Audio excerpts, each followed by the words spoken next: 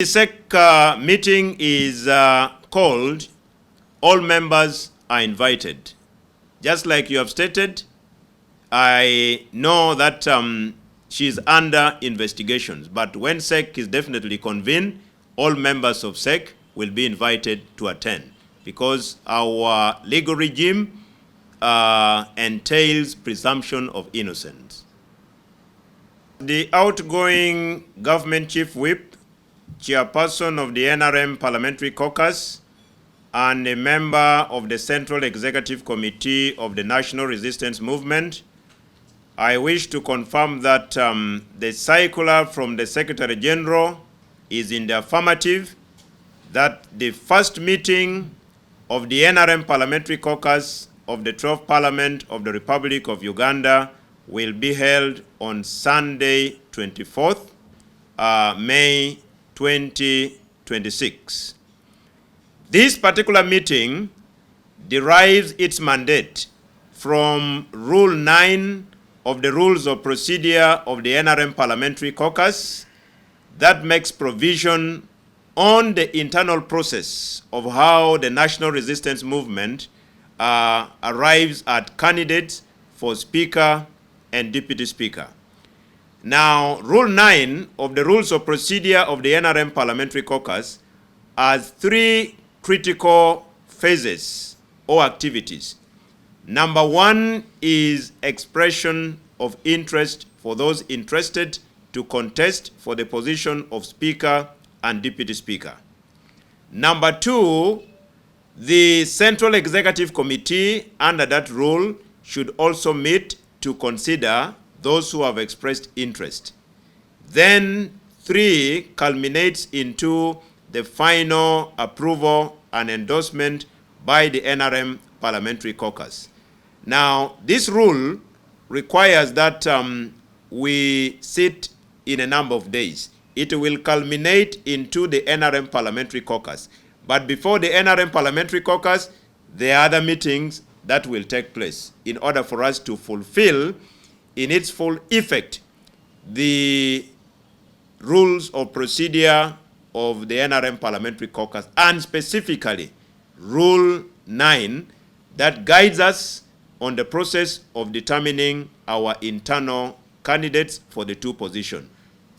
The official communication is issued by the Electoral Commission of the party, and in this case, all political parties represented in Parliament are looking at concluding their internal processes before the first sitting of Parliament, which is Monday 25th, because that is a dictate of the Constitution. That will be our sitting number one, where the Chief Justice, on behalf of the President, will preside over the election of the Speaker. Then the Speaker elected will in turn preside over the election of the Deputy Speaker. Now, in between, political parties can vary their activities as long as they arrive at their candidates before 25th, which is the real day and date for electing the Speaker and Deputy Speaker. That is allowed. It is not instructive in the sense that it says between this time you must do this, you must do this. The NRM may end up dedicating like 3 days up to Sunday for all their internal processes to be conducted. That is our internal process. So we are not offending any rule, be it of Parliament as of now or of the party, as long as we comply with Rule 9 and ensure that all the three key activities are handled. We are in compliance with both our internal rule, and that will now make us also comply with the constitutional provision on the first sitting of Parliament, which cannot be moved. The first sitting of Parliament in this case must be Monday 25th. So we want to conclude all our internal related businesses before the 25th, which is a constitutional limit for electing the Speaker and Deputy Speaker of Parliament. Definitely, each and every political party has the due processes of arriving at a candidate for a particular position. For the case of NRM, and as I stated earlier on, we are guided by Rule 9 of the Rules of Procedure, and we are duty-bound to be seen to be conducting our business within the confines of our written rules. The reason as to why we are going to have series of meetings that will culminate into the last one, that is the caucus on 24th, then 25th, we shall present the two candidates for Speaker and Deputy Speaker, respectively. No, we do not express interest for purposes of using it to bargain for other positions. I believe if there is anyone who claims to have expressed interest, I would say that expression of interest, in my opinion, formally is still irregular. Until the party calls for a formal expression of interest, as of now, I do not think there is any member of parliament of the 12th parliament belonging to NRM who can claim he or she has already expressed interest. It must come with call for expression of interest from the Electoral Commission of the party. Then those interested will apply or respond. So if there are people who are claiming they have already expressed interest, maybe you pose the question to them. They have expressed interest to who and how? Is it in writing or verbally? Is the marriage still active? Which one? Mau. Is from those accepting interest for the speakership. In the case of political parties who have working relationships with the National Resistance Movement, I think those relationships have also limits. For the case of the Speaker of Parliament, the National Resistance Movement will definitely come out or unveil a member of NRM to be the Speaker of Parliament, then also unveil a member of NRM to be the Deputy Speaker of Parliament. But that does not stop us from entering into written cooperation with other political parties that have accepted to associate with the ruling party, that is NRM. But they also know that within their cooperation agreements, there are limitations. Have there been any communication to that effect? I am not yet aware if he has written to the national chairperson of NRM. Under the NRM constitution, the chairman of NRM has powers to do anything for the betterment of NRM. If he says, I have a visitor I have invited for purposes of attending this caucus, I believe that as members and leaders of NRM, we cannot stop him. But as of now, I am not yet aware that he has written requesting for a formal invitation to be extended to him. When the SEC meeting is called, all members are invited. Just like you have stated, I know that she is under investigations, but when SEC is definitely convened, all members of SEC will be invited to attend, because our legal regime entails presumption of innocence. Honorable, I would like to get from you what you say is the relationship between NRM and the PLU currently.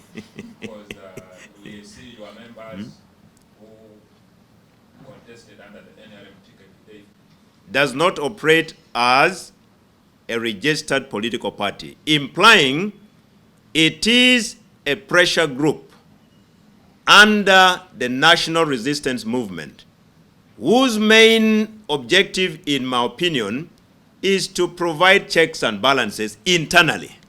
So that is the main distinction.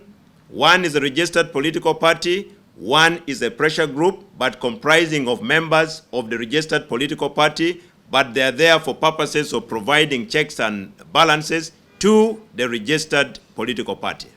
Aren't you afraid that this is derailing what we would term democratic practices? For example, what is going on currently, one would term it as coercion. A member of the sitting NRM, who was the Speaker of Parliament, has been coerced into stepping down from the speakership race. So isn't this derailing maybe what NRM has built over time? To me, it is a very, very good democratic process that within any unit, including at our respective homes, you can't agree with all your children or family members. There must be those who are also there to provide the checks and balances I've talked about. Daddy, you intend to buy this, but we see that the biggest challenge at home is this one. You want to buy a motorcycle. Why don't we start with a bicycle? So checks and balances are part of any democratic process, be it at a family level, at a clan level, at the leadership of a political party, even in government. That is why in parliament, you have the government side and the opposition side. The role of the opposition side is to act as a mirror in providing checks and balances to the government that has a social contract with the people. So to me, PLU being a pressure group comprising of members of NRM, a registered political party, providing checks and balances to the NRM, it is an internal way of us checking ourselves in our bedroom before we come out into the open. So I think it is good enough. Are they null and void? Are they on the speakership race?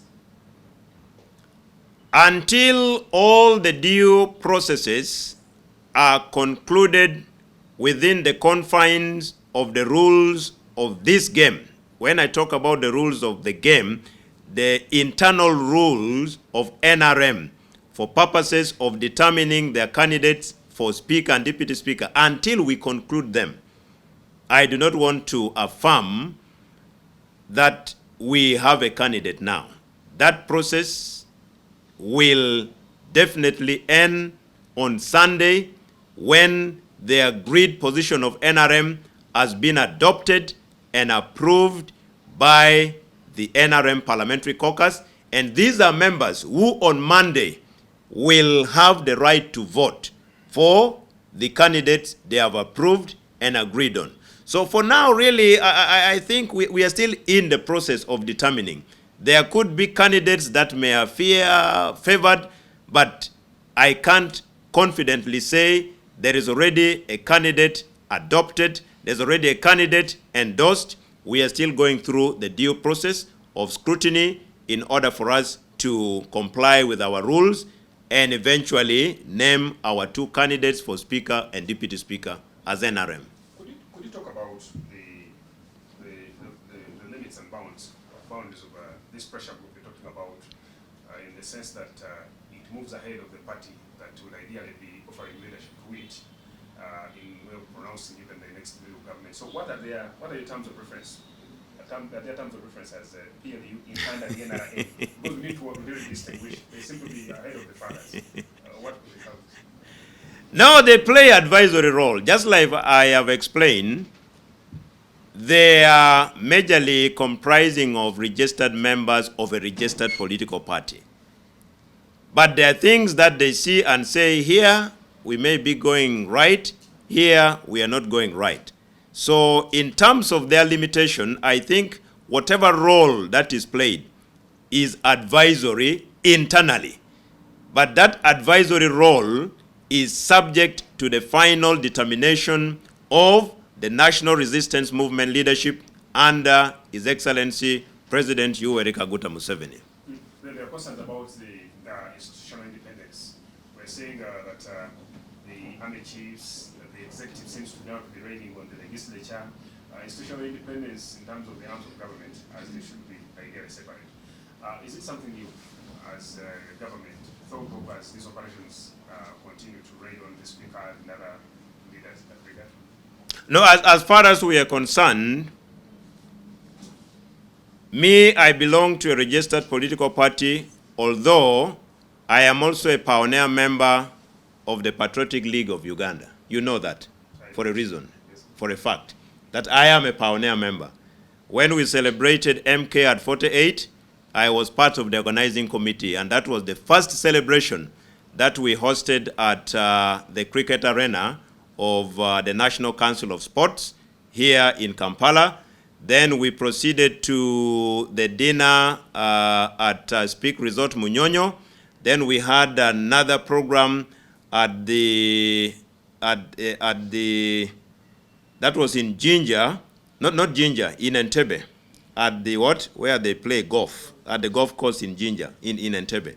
So those are 3 I participated in before getting elevated and getting busy with government work as government chief whip. So I am part of that. I am a pioneer member of PLU, for you to know, but also a member of NRM. Now, whatever we decide as a think tank within NRM, we subject it to the due processes of the party. Because we have respect for the leadership of the party, we have respect for the chain of command in terms of the structures of NRM. For this, we can say, this is what we are seeing. Our advice is so and so. Then we subject it to the due process. So this is checks and balances from within the NRM by members of PLU, which is a pressure group, and members of NRM whose membership are registered as a registered political party. So that is our role. Just look at it from that perspective. Look at it from me.